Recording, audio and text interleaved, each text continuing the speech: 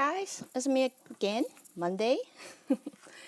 Good to be back on Periscope. I think I can slowly get used to this. Anyway, today I want to talk a little bit about my title. I'm Ruowen Huang. I am author, spirit coach, and also a psychic. So here I would talk a little bit about spirit coach. I've been calling myself spirit coach for a long time, and in the beginning I thought I'd tell people I'm a life coach because it's easier for people to understand. But then I realized it's just not me, right? The reason of that is I cannot teach you how to live a life, really, because everybody have a different task or purpose of life. It really takes you to live a life yourself, and through the mistake or success that you discover for yourself, that you can actually live a better life, like that fit into your perception. So what I actually do is I coach people to understand spirits or be in spirits. So hoping by understand spiritual world that we are living in, then you can not only live a life, but you can choose one or even create one for yourself. So anyway, I think from now on, I call myself spirit coach, which I think is more me than a life coach. So today we're going to talk about soul's database. So have you guys ever wondering where does psychic get all the information from? Well, if you don't, I do. Because, at the beginning, I always wondering who's passing the note to me, because I'm just curious. I'm curious where the note come from. So, every time I'm seeing people's past, future, or, whatever question they're asking me, then I continue to have this vision. Sometimes it can be voice, sometimes it can be, sensation or anything. I was just always curious where that come from. At the beginning of this journey, what I always see is a Buddha, right? Buddha is giving me information.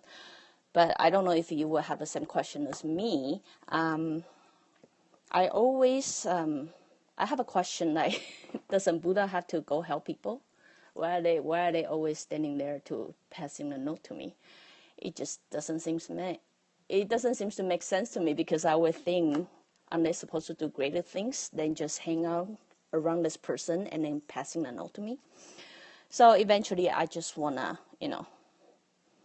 dig in. I just really want to know how they got the information from, because, when I'm here consulting somebody or, seeing the vision that people ask me about, I just really want to know how the Buddha know the answer. So by digging in deeper and deeper and deeper, because I continue tracing them, right? Following them everywhere, try to figure out where they go, how they got the information. And then that's how I start to get led to this room. When I first introducing a room, this room almost feel like an empty room. So it's an empty room. It just, it's very plain. Nothing's there. So by digging into where the Buddha got the information from, I got that to this room. When I was standing in this room, I actually don't know what is it, because I actually cannot see anything. So I wasn't quite sure it's because I don't have any question or why. But anyway, the room seems very plain to me. It's until I would start working a client overcome a fear. They have a fear of something that they have no trace of in this life. And then I try to go figure it out. Why would they have this fear, since they've never been traumatized, never got introduced, never got, never had bad experience with it. So they don't understand why they have such a fear. Is by working through that fear, working with this client about this fear, I'm guiding her. I'm guiding her through the process, try to figure out the source. Then I got brought to this room again, which it was quite confusing for me. But then that's the time I start to realize, I say, okay, let's try out. There must be some purpose of this room, because I got no idea what this room is. And then we we were start experiment. Thank God this client is willing to be a guinea pig of mine. So we try different thing, right? So we start to see the moment she say, well, I'm scared of, let's say, I'm scared of the wood. And then I say, okay, let's find out how you're scared of wood. And I guess at the moment my question come out, I start seeing, I don't know if you guys ever seen sci-fi movie. That was my first experience for me. So the whole time I was like, whoa. Because what happened is a moment, okay, let's see how you got, why you scared of the wood. And all of a sudden, this room become, have you seen Matrix? You say gun, and then they just all show up in front of you, and then all the guns show up. That's how it's like for me. So the moment I say, okay, let's figure out what happened to you in the wood, and then I got all the screen suddenly appear in front of me, and then there's a various data of, it's like a quick movie clip for me, and then the various data of this specific person being in the wood before. That is most likely in her past life, and various occasions that she was in the wood. So, as amazed as it was, as I want to really dig in more, they pretty much show like 5-second click or 10-second click, just continue replaying. And then I start narrow my search. I say, okay, in specific which memory, like she's traumatized to create such a fear, like make her so scared of the tall tree and all that. Then it start minimize to a point that would be only one specific life of her that actually create this fear of her in this life. So after that experience, as you guys know, I'm very amazed by it. I'm continue using my friends, family, or anybody I know to be my guinea pig, so I can dig into this, And then with the perception, I assuming everybody should have the same room. This room I start calling more library. Have you ever walked to a very advanced library? You just key in keyword. It's almost like Google, right? You key in the keyword, and then it minimizes the selection. Then you minimize you try to define your selection more. It come up with less than that selection. So at that time, I start calling this place library because it's just quite amazing for me. And then I start to realize not everybody have the same library. Actually, I can almost judge by everybody's library to know what kind of person they are, because I access a lot of people's data. Some people are very modern-like, some people are very old-school-like, some people are very, mini. It's what I try to say is everybody have this library that is setting is very different. Most likely the setting is very customized to a soul. I mean what you like or what you prefer, and then this room will look different. But the function is the same. What the function is, it record data as you as a soul, not too much as a person. Like it will have all the data which we talked about before. There's a reincarnation, there's karma, or there's anything like that.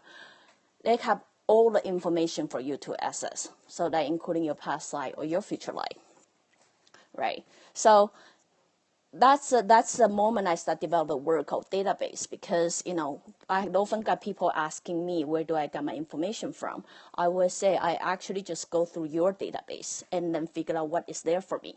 Then I will answer your question based on that database. If things that actually happened before, the chances I will be able to find it. The thing that is make up, that is, simply by imagination never happened before, the chances I'm not able to find it.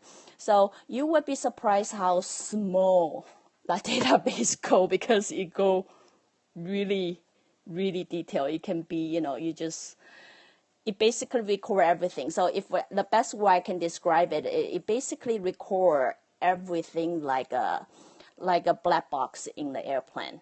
As small as you could have a meaningful conversation with some stranger down the street, to helping, a little girl with $1, or little.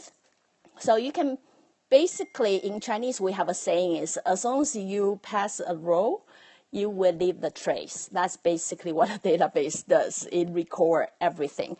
But also because of noticing this understanding of how much a soul capacity, like how much thing our soul know and remember and keep track on and things like that. It also gave me a new understanding. New understanding is I used to be more judgmental people, you know. I mean, I may be like most of you guys, thinking things had to be, you know, sometimes we like to play judge. We see bad guy doing bad thing, we think they need to be punished, right? I guess because of this big understanding kind of shift my mind a little bit, because I realize, as I say earlier before, we are the worst judge to ourselves. Nobody's worse than us, you know. And then after seeing this database and library, I really truly understand this is I don't need to be the judge of anyone, because we are the worst judge to ourselves. We are very strict of exactly what we did, and we're recording everything we did. You know, it will come to a point we will come back and review things. I'm not here to saying you are supposed to live a life without, you know, mistake.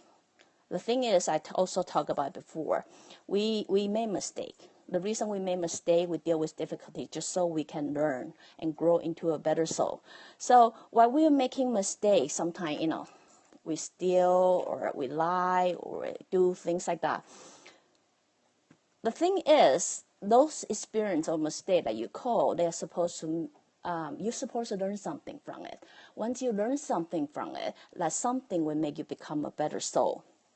So what I'm here trying to say is we all have a database that, you know, whether you want to believe or not, is continuous recording things that we do, right? It's not there to judge us when we die, not so much, but it's more like a reference point that we can review our life to figure out what is learned, what is not learned.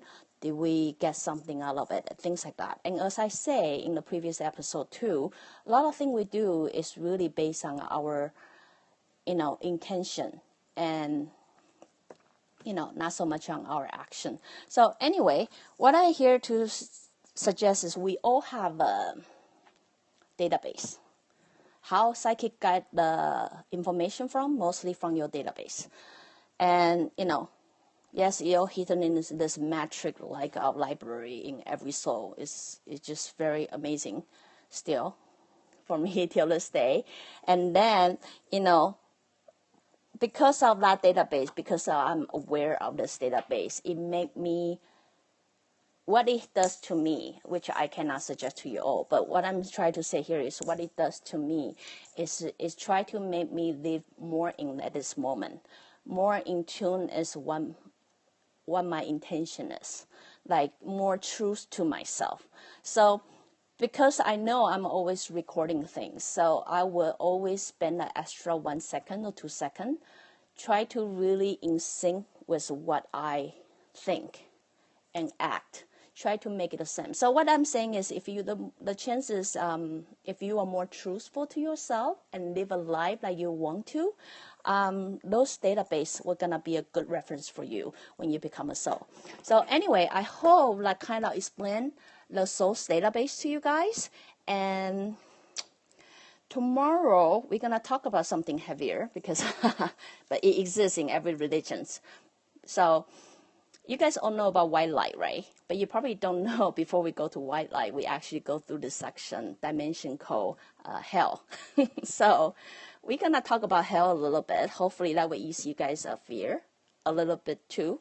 So again, if you guys like me, you know, you can like me or go to YouTube and subscribe me, or go to my Facebook and follow my Facebook, or go to my website at ruowen.com. So today we talk about soul's database. I hope I answered your question. And tomorrow we will talk about hell. So I guess I'll see you guys tomorrow then. Bye.